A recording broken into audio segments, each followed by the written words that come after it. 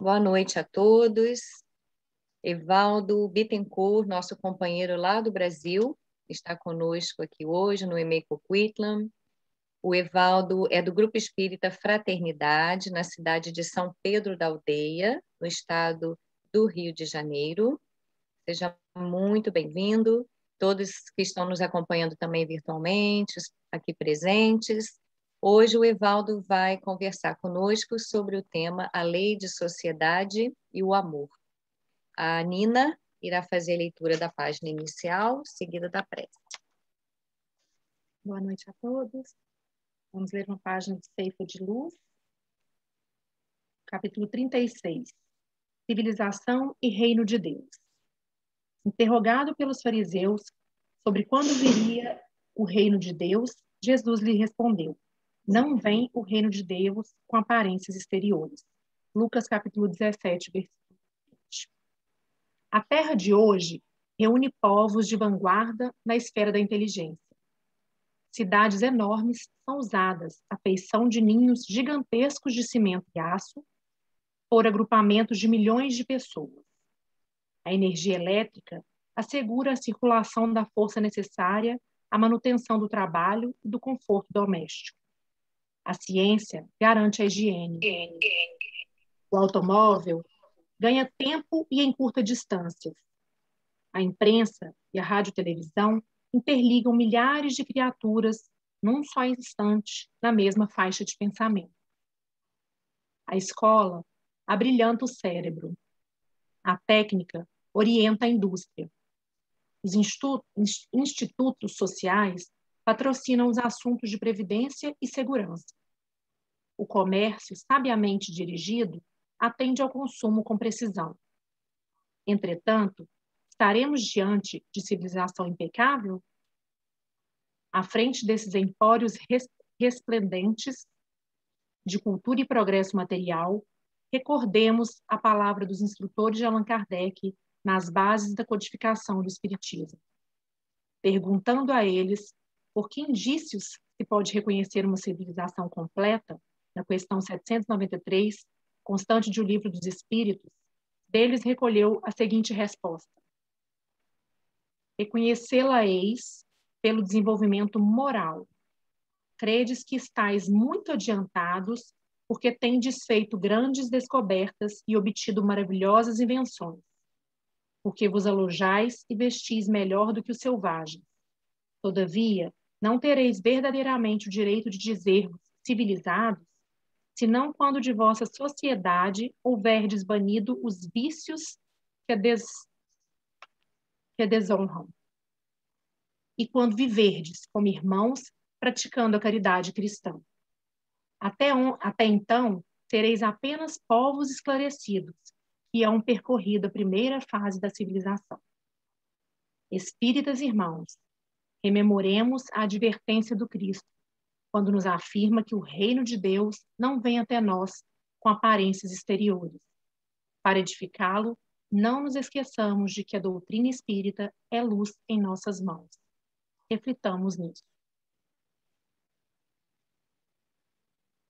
Então, vamos agora fechar os nossos olhos e agradecer, primeiramente, por essa mensagem tão maravilhosa, por este alerta, por este convite. Possamos realmente nos atentar àquilo que verdadeiramente a doutrina nos convida a ser, a refletir. Agradecemos hoje pela presença do nosso querido palestrante, mesmo tão longe fisicamente, se dispôs a estar aqui conosco, que a espiritualidade amiga possa abençoá-lo e envolvê-lo nesses próximos 30 minutos de explanação. Agradecemos, Senhor, por esta casa de Emei-Coquitlam que nos recebe e nos acolhe com tanto carinho. E a essa doutrina que tanto nos ensina. Muito obrigada. Seja conosco hoje, agora e sempre. Que assim seja. Evaldo, a palavra é sua. Obrigada. Eu que agradeço, Nina, Aline, mencionando o nome de vocês duas, todos os demais que me assistem, né? E a gente dá uma boa noite, um bom dia, uma boa tarde, né? Porque nós estamos num momento síncrono, ao vivo, mas muitos vão nos assistir em momento assíncrono. Essa beleza da tecnologia, uma vez que a gente está tão longe geograficamente, mas tão pertinho, né? No coração aquecido, que, como cristãos, nesse momento grave do planeta, a gente poder, assim, se ver, ouvir, ter essa mesma linha de busca da luz e do bem, com essa leitura, com essa prece, numa casa que leva o nome da Meimei, e aí a gente começa refletindo a partir daí, quer dizer, a doçura do coração de Meimei, que sempre cuidou dos menores, né, dos pequenos, e continua com as suas obras no plano espiritual, acolhendo aqueles mais frágeis, podemos dizer assim, os menores. E aí a gente começa até a se perguntar, né? Será que não somos ainda crianças espirituais que precisamos tanto do aconchego da Meimei? E aí eu me recordo do capítulo 6 do Evangelho segundo o Espiritismo, o Cristo Consolador, o item 6, que é uma pérola, é uma síntese do tratado do Evangelho para todos nós.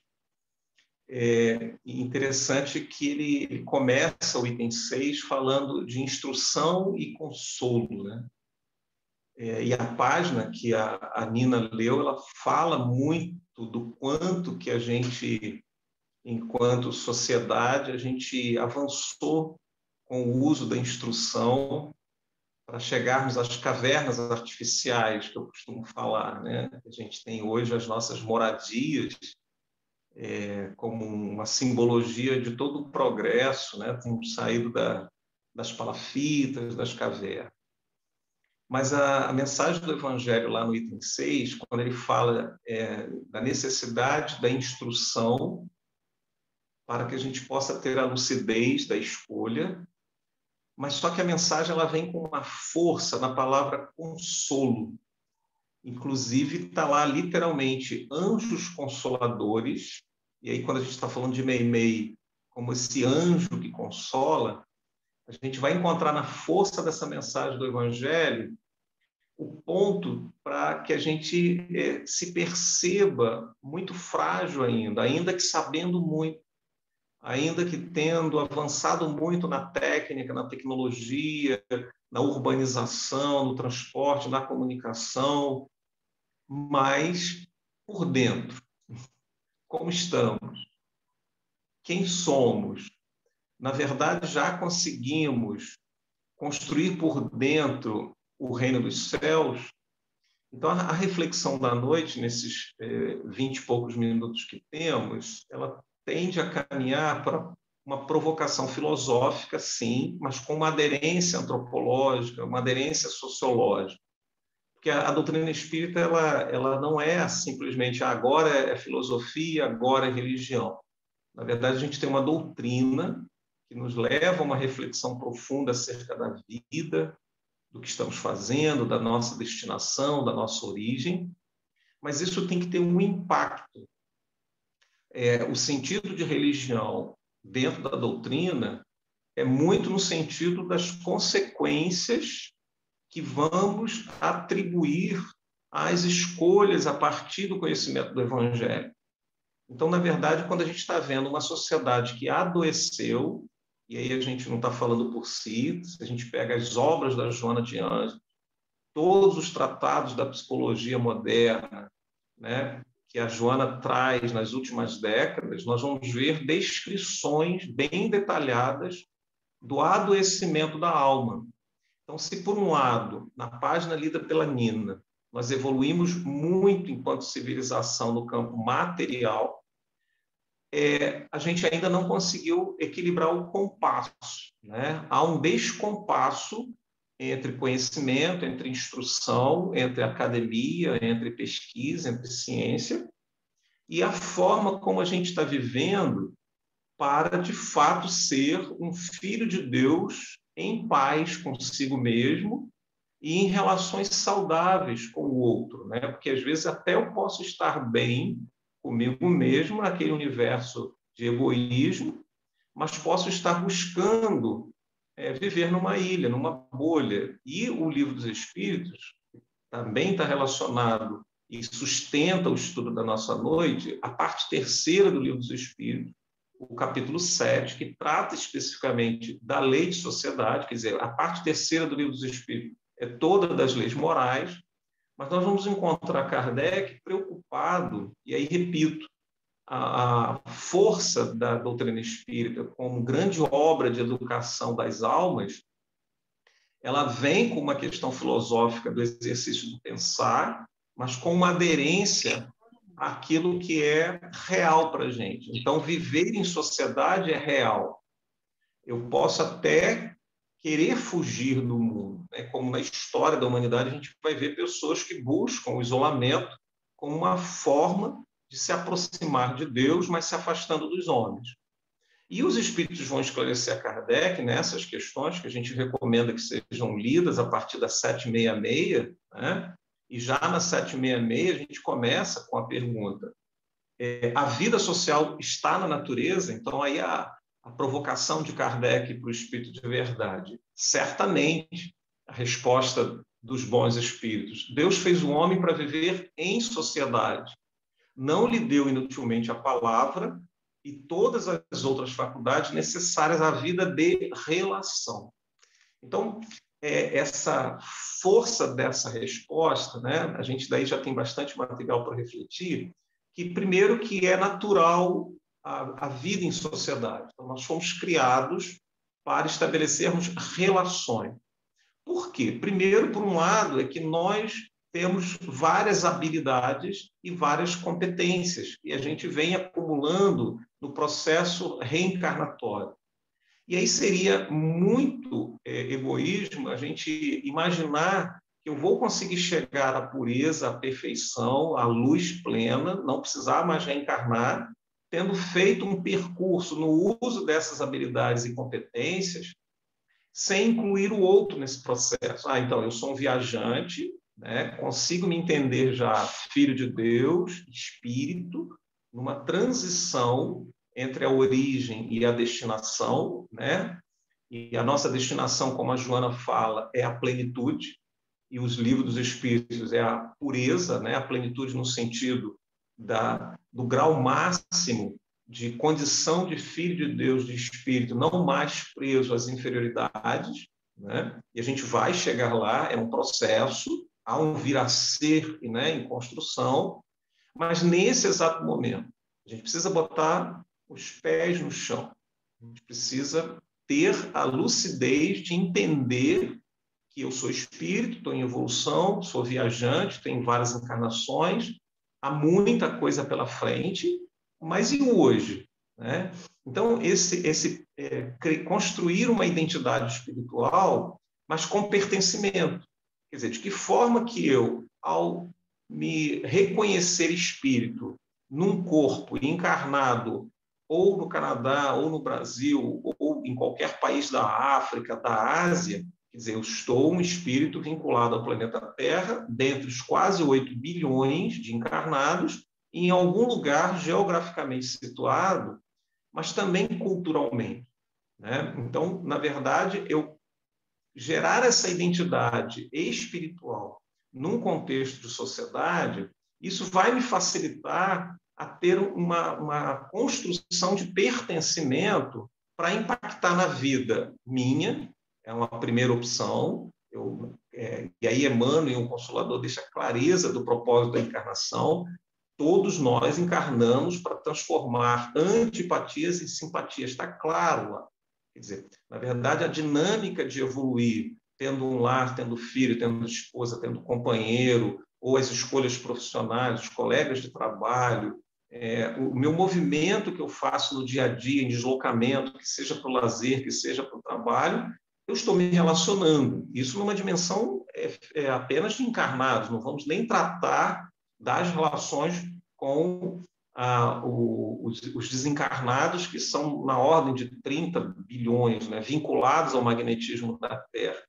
Mas a gente se atendo à sociedade no sentido de sociedade de encarnados, eu preciso me conhecer melhor para poder construir essa identidade e, ao mesmo tempo, me situar para gerar um pertencimento em qualquer grupo social que eu esteja, seja menor, com 2 pessoas, né? Não vamos ter filhos, vamos cuidar dos filhos dos outros, vamos viver até os 90 anos, só nós 2. Ok, é um núcleo de sociedade, conviver com alguém durante 60, 70 anos. Não, eu tenho um trabalho, uma profissão, eu lido com 10, 20, 100 mil pessoas. Isso também faz parte da sociedade. E aí a gente precisa avançar, né, se percebendo, então, que há uma utilidade em estar encarnado, tendo um corpo, e estabelecendo essas relações para que aí a evolução se dê. Senão a gente estaciona. E a questão fundamental também aí é a gente ter consciência da interdependência. Eu não posso me imaginar evoluindo sem a dependência do que o outro tem para me oferecer, que por mais que eu saiba, por mais que eu conheça, por mais que eu tenha me instruído, eu, nessa encarnação, não dou conta da totalidade, percebe? Então, dar conta da totalidade é porque eu posso até abrir o Google e perguntar como faz pão, mas eu não sei fazer pão. Como dirige um VLT, um trem, um metrô, se eu uso transporte coletivo? Eu não sei fazer isso, eu dependo dele. Então, isso também faz um exercício de crescimento espiritual na perspectiva da humildade, quando eu me reconheço inacabado, eu me reconheço ainda incompleto. Então, nessa incompletude, eu me lanço a olhar que o outro tem alguma coisa para me oferecer. Isso é um exercício de humildade fantástico. E isso faz com que a gente avance no que a Nina também leu, para apenas uma civilização que progrediu para fora, mas que precisa progredir por dentro nesse exercício de identidade, pertencimento, mas também de relação, de interdependência respeitosa com o outro. Né? E aí a gente está falando, antes da gente chegar na conclusão com a questão do amor, mas aí eu já deixo esse ponto. Na hora em que eu percebo que é extremamente necessária a relação de interdependência, e eu admito isso, que eu sou incompleto e preciso do outro, eu estou num movimento de exercício da pureza do Evangelho no sentido profundo do amor. A gente vai falar mais no final. Mas a gente volta, então, né, sobre a questão desse homem que precisa assumir essa dimensão espiritual para vencer todas essas inferioridades que geram, né, as doenças sociais, que aí a gente não vai descrevê-las, mas a gente recomenda as leituras dos livros já ditos da Joana, mas a gente vai encontrar o homem nesse conflito de não conseguir ser pleno, porque ele busca no exterior, no material, apenas a condição de existir, e aí a filosofia da existência, né, o existencialismo, ela se esgota, porque ela pega o homem como um ser fragmentado e que finda com a morte, o que alimentou muito o niilismo, né? A gente traz um recorte histórico, vocês imaginem a Segunda Guerra Mundial e a juventude nas universidades europeias, depois repercutindo até o Brasil, a América, anos 50, depois 60, quando as bombas foram uma realidade fruto da inteligência humana, né? Hiroshima e Nagasaki estão aí para comprovar. Mas só que havia uma incerteza. E o amanhã? Então, se o amanhã é incerto e pode ter outra bomba, eu vivo hoje. Então, a gente tem uma exacerbação do niilismo, que é uma doutrina do caos, que reforça a filosofia da existência limitada ao viver o aqui e agora. A perspectiva espírita como uma filosofia que resgata uma identidade mais ampla para além do aqui e agora, quando a gente tem provas de que um amor nosso que seja a avó, a mãe, o pai, através do Chico Xavier ou de outros médiuns, a ciência ir provando ao longo do tempo, né, a existência do espírito, que também não dá para a gente aprofundar nesse momento. Então, na hora que a gente tem o espiritismo matando o materialismo, matando a morte, a gente preenche essa filosofia reduzida do existencialismo pelo espiritismo, que, em síntese, é a doutrina da vida, é a doutrina do espírito que permanece e vence a morte, né? Então, quando a gente consegue consolidar esses conceitos de uma forma muito segura, a gente passa a ter uma lucidez no processo nosso reencarnatório e não mais com ansiedade, não mais com pressa. E aí a gente vai precisar, então, elevar o estado consciencial. É isso que a gente está fazendo aqui, né? Quando a Aline me convidou e, através, né, ela chegou a mim através do amigo Marcelo Turra, se não me falha a memória, aqui de Cabo Frio, e aí a gente diz, não, poxa, meia-noite eu vou estar lá com eles. Isso é com prazer, isso é com alegria. Por quê? Porque isso já passa a ser, dentro dessa construção de identidade, pertencimento, para fazer a diferença no mundo, eu já reconheço que esse momento ele é útil para mim e para outros, para vocês que estão nos assistindo, né, para os companheiros brasileiros que estão aí em Vancouver, né, e outros que vão estar assistindo em outras cidades. Então, por que a gente toma consciência de que é necessário, é urgente que a gente eleve o nosso estado consciencial. Eu preciso sair de um estado limitado de ver a vida, o aqui e agora, para dar conta apenas da dimensão biológica, mas preciso transcender. E o transcender inclui eu me assumir um ser emocional, um ser cultural, um ser espiritual, que tem emoções, que sente, que sabe, que carrega em si, no inconsciente, um passado enorme. É só olhar no retrovisor dos séculos da civilização e a gente estava lá. E a gente também pode sair apontando que essa civilização que a gente construiu, ela está doente, como se um elemento externo tivesse causado essa doença na sociedade. Nós é que, coletivamente, pensando, sentindo, odiando, tendo inveja, sendo egoísta, derrubando um, derrubando o outro, para satisfazer o ego, a gente gerou essa sociedade que está aí no planeta todo. E aí o que eu faço? Se eu preciso impactar daqui para frente, o primeiro passo é romper com um ciclo que é muito forte, né, na sociedade judaico-cristã ocidental e que culturalmente isso traz muito forte para quem é religioso, a questão da culpa. Ah, tá bom, eu sou um espírito endividado. Ah, tá bom, eu sei que eu errei na encarnação passada. Ok, eu preciso me reajustar com o planeta, né, com as pessoas. Eu preciso gerar relações saudáveis. Isso é um bom começo. Mas o que nos trava? A gente vê muitas pessoas que já têm consciência de que precisa impactar positivamente no mundo e na própria vida, mas que estão como barquinho na beira do cais, amarrado, porque está preso a remorso, a culpa, a um lamento profundo, numa situação de não conseguir mobilizar forças da alma, né? O Chico vai falar, né, disso, que é importante esse exercício da caridade como uma ginástica da alma para a gente sair da situação de imobilidade. E muitos estão em mecanismos, além da imobilidade, mecanismos de fuga, né?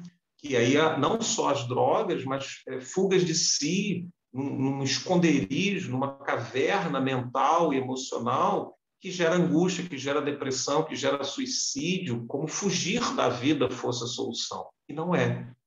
É justamente a lucidez que o Espiritismo nos traz para que a gente, ao nos assumirmos como protagonistas dessa sociedade, a gente diga, para aí, ok, né, eu fiz assim até agora, mas eu não quero fazer mais dessa maneira. O que eu posso fazer? Ah, não, então eu vou cuidar das geleiras? Não. Ah, eu vou cuidar da seca? Não. Aí é também, na identidade e autoconhecimento, saber qual é o passo que você pode dar nesse momento existencial seu. Sou espírito, estou encarnado, tenho uma grande chance de contribuir com o Cristo na instalação do reino, que não é exterior, mas que é interior, e que começa comigo, né?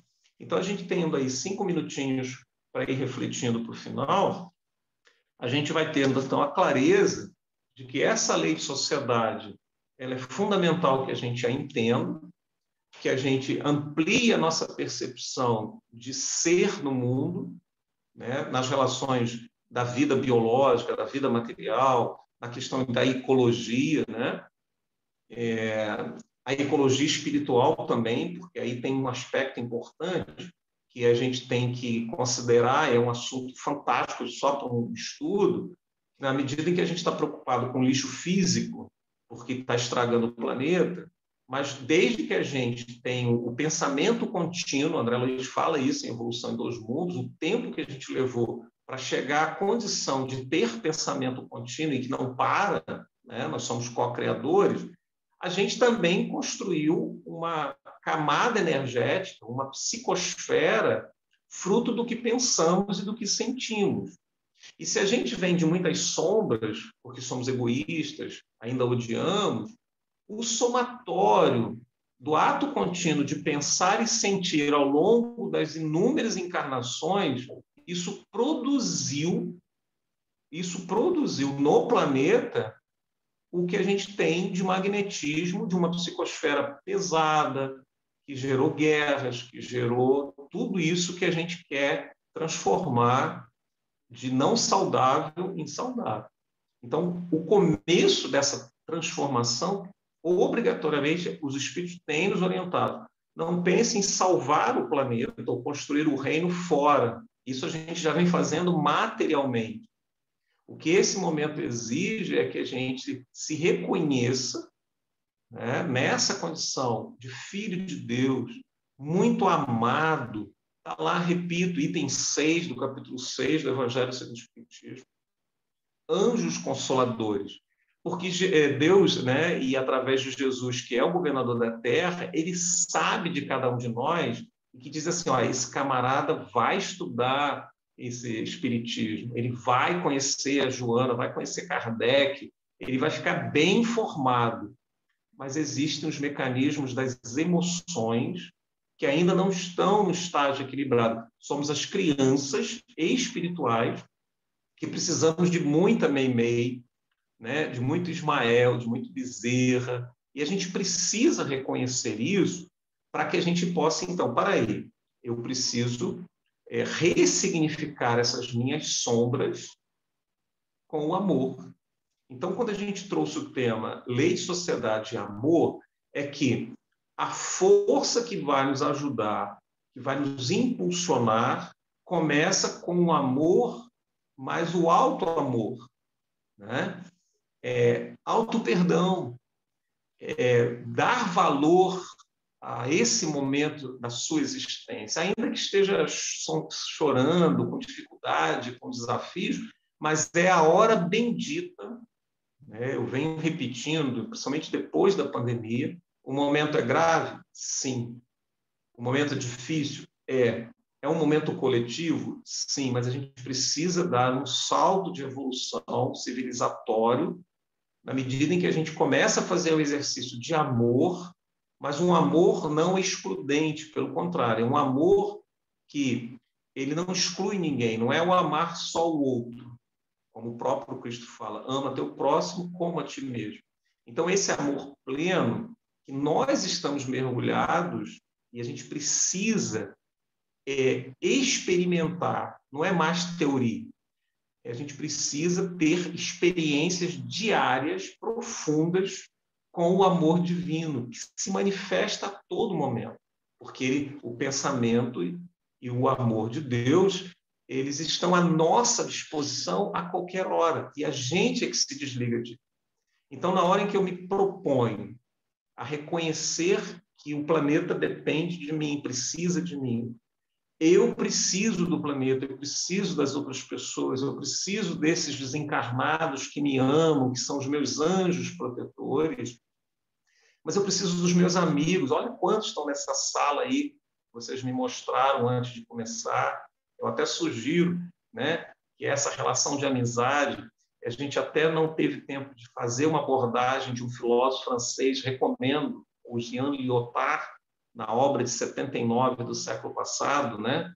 A condição humana na pós-modernidade, e o correlato que ele faz o impacto da tecnologia, da civilização na vida das pessoas, ao ponto da gente descartar o outro, descartar amizades quando elas não servem mais. A gente está reproduzindo com as pessoas o que estamos fazendo com as coisas. E o amor, ao preencher profundamente essas nossas carências, esses nossos vazios, numa experiência diária de amor profundo com Deus, a gente não vai mais olhar o outro como objetos descartáveis. Todos somos importantíssimos para fazermos a grande virada coletiva nessa sociedade. Amor, o imbatível amor, é um dos livros da Joana, que no capítulo lá no final, como amor-terapia, fica como recomendação de leitura para a conclusão dos nossos estudos. Eu agradeço muito o convite, né, o carinho da Aline, o carinho da Nina, Cris, Lívia, aí tem também, né, Karen, Alan, que é o esposo, né, da Aline, tem a Margarida, que é visitante, né, está aí com vocês, mas é de Belo Horizonte, e tantos outros que estejam nos assistindo nesse momento. Eu não tenho aqui todos os nomes agora, mas fica o meu carinho, o meu abraço e o convite nesse momento para orarmos, cada um do seu modo, cada um fazendo um recolhimento para ter uma experiência espiritual, reduzindo o ego, deixando o divino em nós resplandecer nesse instante. Querido Jesus, tu que és o governador da terra, alguns acham que o caos está instalado em nós com a visão da doutrina espírita, com o conhecimento de causa e efeito. Sabemos que tudo está nas engrenagens divinas para o bem, para o progresso, para o crescimento. Que saibamos aproveitar, Senhor, cada minuto dessa encarnação bendita, tão desafiadora, mas que soubermos aproveitar, nos direcionando para a luz, para o equilíbrio, para o amor, para o auto-perdão, daremos um salto de evolução enorme na direção do Teu reino. E é isso que desejamos neste momento, nessa prece, e agradecer, Senhor, profundamente todas as bênçãos que temos recebido na nossa existência. A bênção dos amigos, dos familiares, a bênção do livro espírita, a bênção do passe, a bênção das proteções espirituais que sempre acontecem na nossa caminhada. Por fim, Senhor, abençoa este grupo lindo, Meimei, instalado em Vancouver, que esses companheiros brasileiros persistam, semeando, lançando a semente do Teu Evangelho nessas terras tão distantes, mas são as Tuas terras, Senhor. Fazem parte do Teu reino nesse planeta chamado Terra. Fique conosco, nos abençoando, nos protegendo, hoje e sempre. Graças a Deus.